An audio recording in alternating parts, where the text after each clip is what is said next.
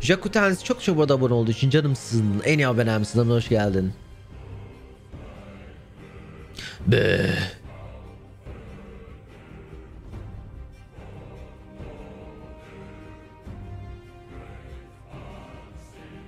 Böyle.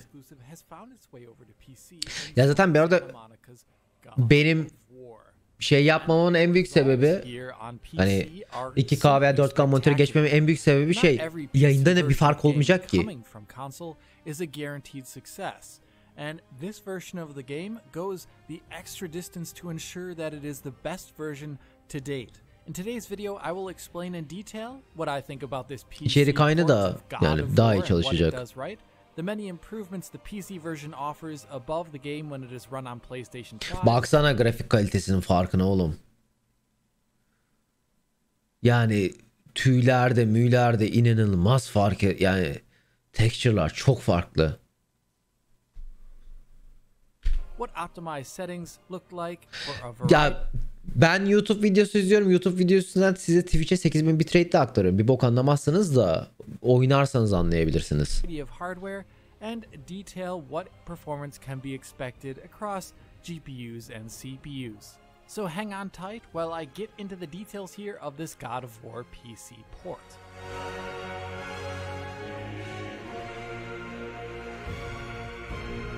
Bak göremiyorum. Here I will start where I always start in these videos, and that is the PC user experience and menus. God of War on PC offers up a competent UX implementation here on PC. The menus are simple enough, navigable, not overly Xbox kontrolörü be. and work well with both mouse and keyboard. Abi çok iyi olmuş ya. Yemin ediyorum gerizekalılara yani laf çakmakla aynı seviyede abi. O PlayStation abi Xbox. Ha, siktir git. Oyun işte. And controller. Various aspect ratios are supported out of the box, and the visual settings are numerous. Metis Taken çok dışı bu adamın oluşun canımsın. En iyi abonemsin. Hoş geldin. And does not have an extended shader compilation step like we see in D3D12 or Vulkan games. And like a lot of DX11 games, it does not stutter due to shader compilation in my experience at all across a playthrough spanning 3 separate 3090 4K DLSS Quality Ultra Plus'ta sabit 60 yapıyor. 2060 ile 1080p'de Optimized Settings ile 60 FPS alıyor.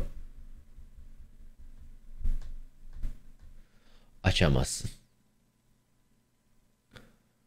2K'da Ultra'da 1080 Ti açamazsın bu arada. The only lack of smoothness I think I can be sometimes seeing on screen here, yani onun nedeni bu.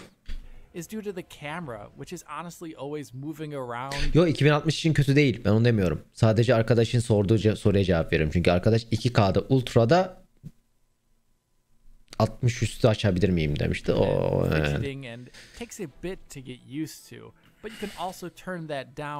oyunlar birden çok fazla sistemi gerektirmeye başladı. Bana mı öyle geliyor? Yok. Oyunlar sistemi yani normal bir seviyede arttırdı. Sıkıntı biz geride kaldık.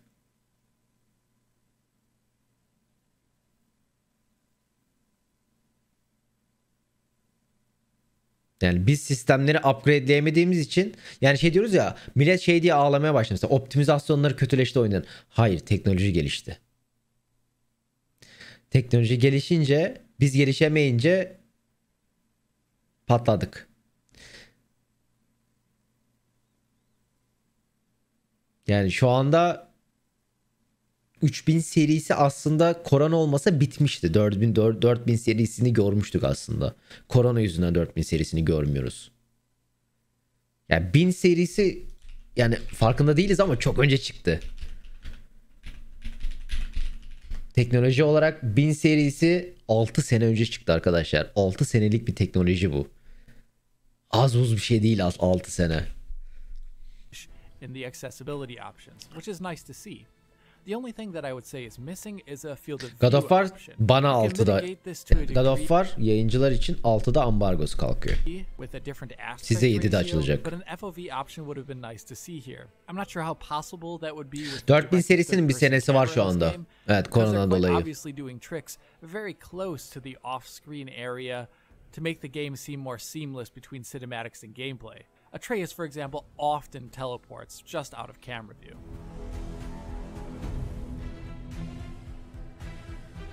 Kolla oynayacağım God of War'ı. So that's good stuff, but the big meat here of this video is going to be the upgrades over the game being played on a PlayStation 5, some of which are not very visible but can be felt. For example, the options that exist for NVIDIA users to use reflex, as it's called, to reduce input latency, which are tucked away in a sub-menu. With this setting on, the game can be a healthy deal snappier at any frame rate. When locked to 60 FPS at PlayStation 5 original settings, I measured an average 11 milliseconds reduction in latency. 11 milisaniye çok iyi lan bu arada refleks için. O siktir.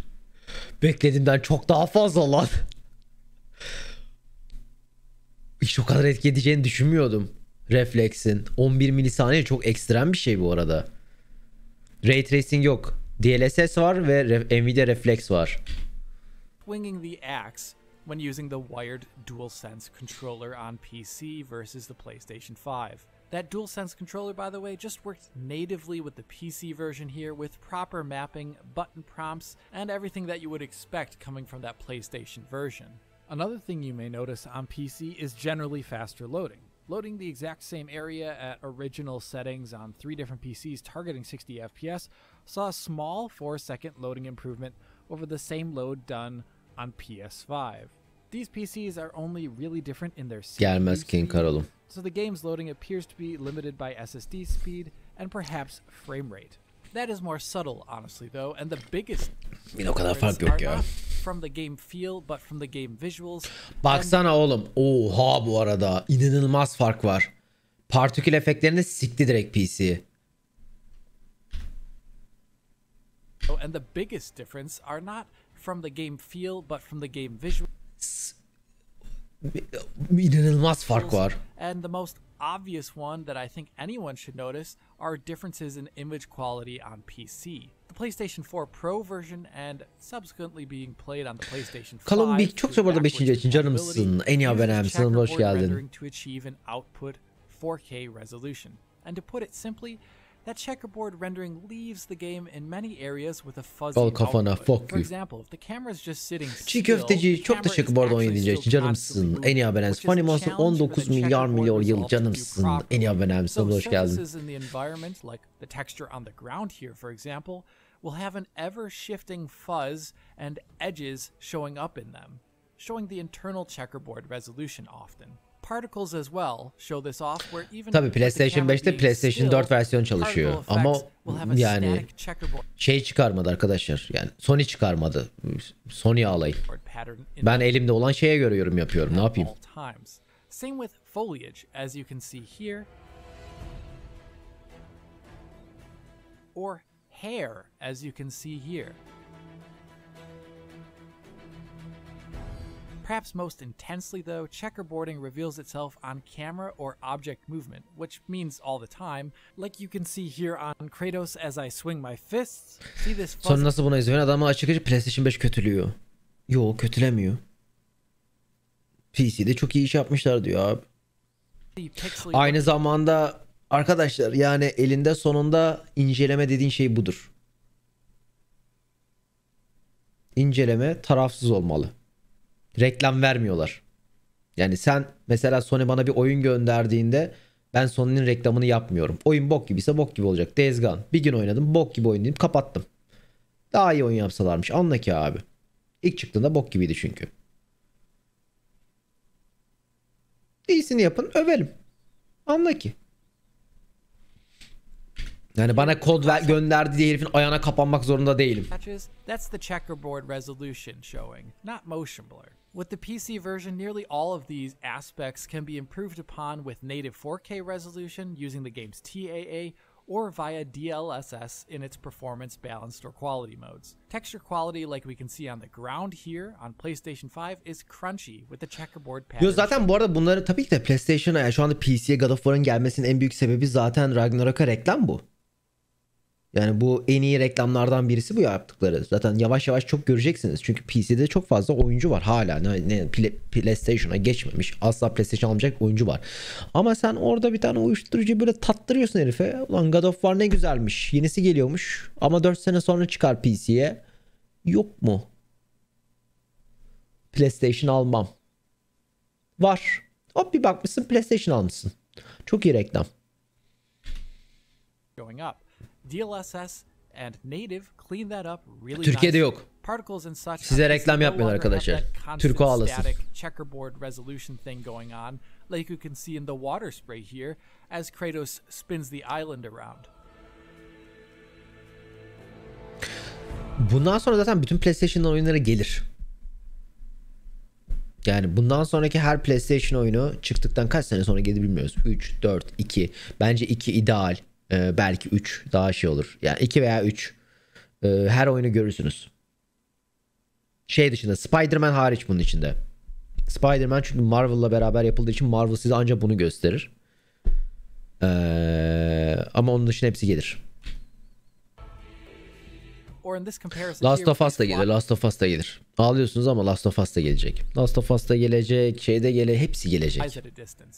And if you notice in this comparison, the DLSS version of those flies is actually even crisper than the native resolution rendering with TAA, perhaps due to a different way motion is handled or a stronger negative LOD bias. Hair is also nicely improved in the PC version, where hair, for example, found in Kratos. Hiç zannetmiyorum Talo gelmiyor. Arkadaşlar God of War geliyor. God of War yaklaşık 1 saat 2 saat sonra hepinizin oynayabileceği bir oyun oluyor. Yani istediğiniz kadar kopyumu çekin. Her oyunu getirecekler bu adamlar PC'ye. A lot fuller and far less flickery in motion, where individual strands are rendered more fully. The biggest difference comes though from the general motion clarity in the game, which is much crisper. Ve yer çok çabadı ikinci açın. Canımsın. En iyi abonemsin. Hamza hoş geldin. Show the game's first enemy. Notice how when the camera rounds the trees here, we see a trail of ghosting in the checkerboard presentation that is now absent on PC. Bu arada paranın tadı değil arkadaşlar. PC'den bu oyunu satarak herifler tabii para kazanacaklar. Ama o kadar büyük bir para kazanmayacaklar. Yani o kadar büyük bir para kazanmayacakları için ya amaç burada PlayStation satmak. Bunu PlayStation getirmek için satıyorlar.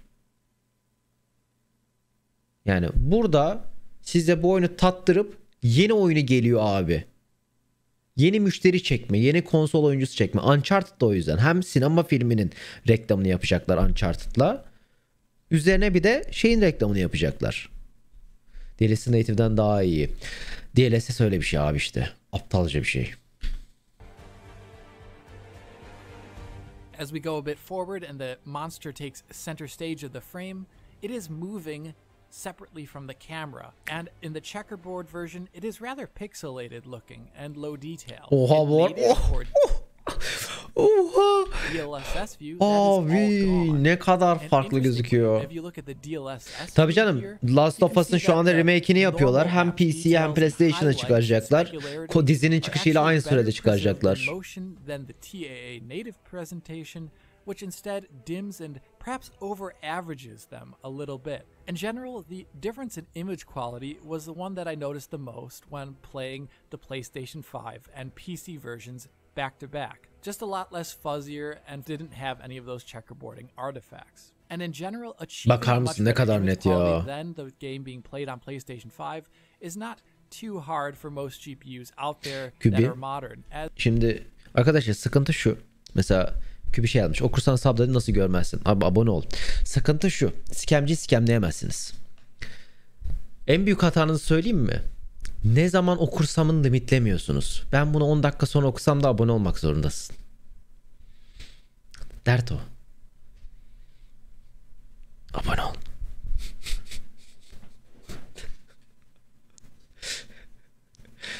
Korpa.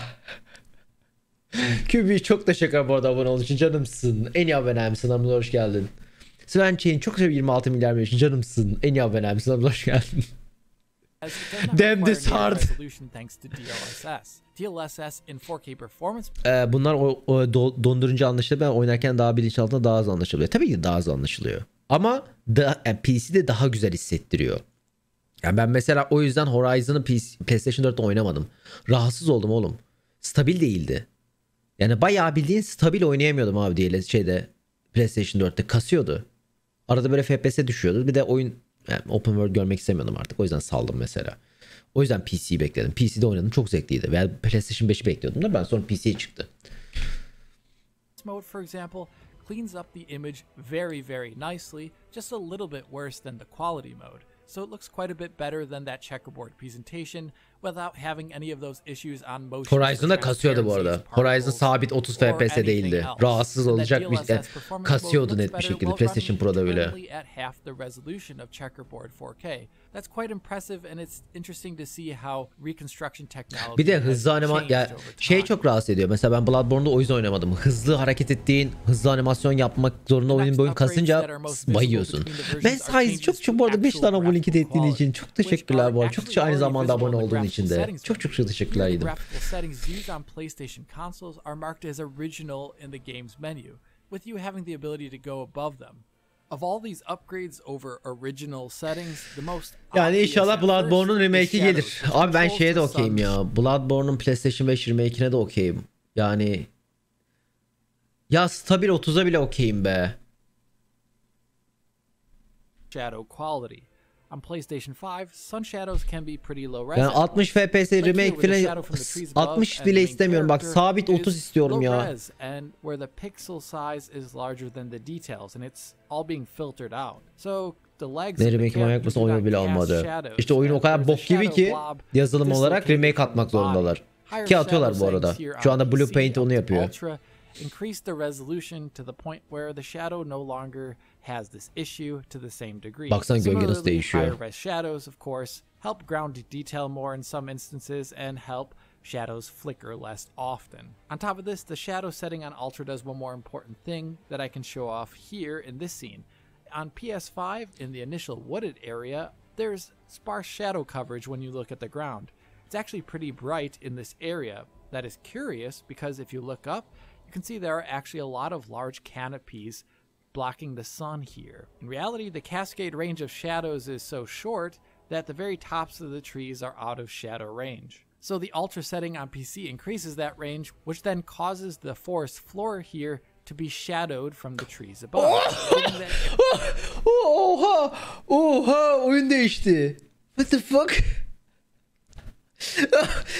Gerçek şöyle bir şey var. Şu yüzden değişiyor bu arada. Adam anlatıyor İngilizce şey yapmıyorsunuz, onu özetleyeyim size. Şimdi Shadow Distance diye bir şey vardır. Shadow Distance şimdi oyunda güneş var ama belli bir mesafeden, karakterden belli bir mesafede bir gölge varsa o gölge Shadow Distance kısaysa vurmaz. Bunun da sebebi RAM'den, işte VRAM'den kazanmaktır. PC'de böyle bir şeye gerek yok. Haha gobber yapabiliyorsun çünkü PC'sin. Öküz gibi güce sahipsin. Hayvan gibi ağaçlar olduğu için bütün gölgeler çalışıyor. Bir anda karanlık oluyor. Area now a dark gloom in comparison. And if you look at the distance as well, you can also see how that increased shadow distance makes it so that objects in the distance are properly shadow casting as well. Bakar mısın ya? Yani wow. Wow. The upgrade after this that is most obvious is geometry quality. Now, at a distance, technically, geometry quality is higher in the PC version on higher settings than original. More rounded than what you may find in the PlayStation version. That's a nice bonus, but the actually most noticed aspect of the Geo upgrade is how the world is much more stable in motion as a result, where nasıl popluyor bak forward through the world no longer induces popping very close to the camera, which then makes the world feel more stable. After this, the upgrade you will manage to see the most will be... Bu arada ama tekrar söylüyorum. PlayStation 5 olarak yorumlamayın sol tarafı. Sol taraf evet daha iyi FPS verse de PlayStation 4 Pro'ya göre PlayStation 5 versiyonu değil bu oyunun. Çünkü bu oyunun PlayStation 5 versiyonu, PlayStation 4 Pro versiyonu daha iyi çalıştırıyor sadece. Hani sadece PlayStation 4 Pro versiyonu stabil. Yani PlayStation 4 Pro versiyonunda FPS in çık yapıyorken 5 versiyonunda yapmıyor sadece. Tek bir fark var. PlayStation 5 update'i gelmedi bu oyuna çünkü. Ambient occlusion, Ve gelmeyecek which on büyük the high ihtimalle. setting above the PlayStation original grounds objects in the environment better to make them look like they're floating less. And very interestingly, this high setting also adds in a bounced light element, as you can see here, where it seems SSDO is used for color transfer, thus increasing the amount of colored light bounce in this dark area here when on high, which is a bit like Buraya ben SSGI PlayStation kolumu we've getireyim. seen in other games. The next Gelmemesi büyük dolandırıcı. Horizon'da da yaptılar. Abi ne dolandırıcılığı. Sen oyunun normal versiyonu oluyorsun. Herifler sana PlayStation 5 versiyonu vermek zorunda değil. No. Çok entitled. upgrades are more situationally dependent, with the more obvious of the two being volumetric fog quality. Here, when playing on PS5, there can be moments where the low-resolution volumetric fog can cause aliasing or flicker, like you see here with me rotating the camera near this fog on the floor of the water, where it gets a bit weird as you can see and kind of flickers. Here, boosting the setting above original helps alleviate this issue.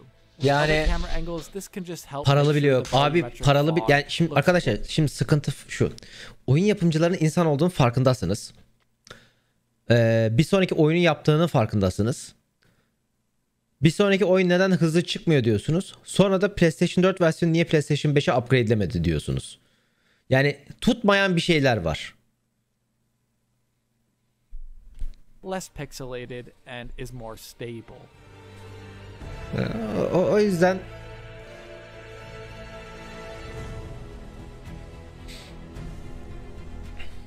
the second to last upgrade here is in screen space reflection quality, and this one is definitely very situational, as God of War doesn't really actually have that many scenes with screen space reflections present.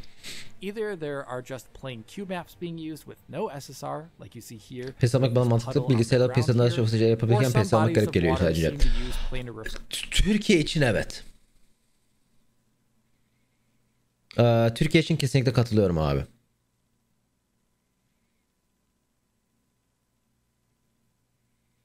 Yurt dışında daha farklı bu. Yani yurt dışında sen PC alacağın fiyatın yarısına konsol alıyorsun. Oyunlarda aynı fiyat.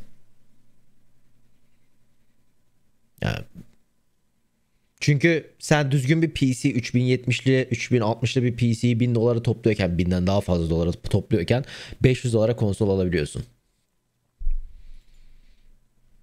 O çok büyük bir fark. Derdin tasan yok. Alıyorsun konsolu bitiyor. O kadar.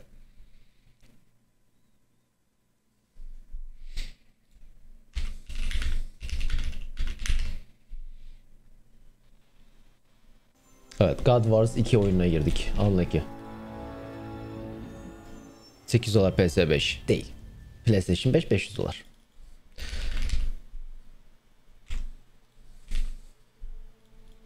Sen iki piyasasına bakarsan tabii ki de 8 dolar.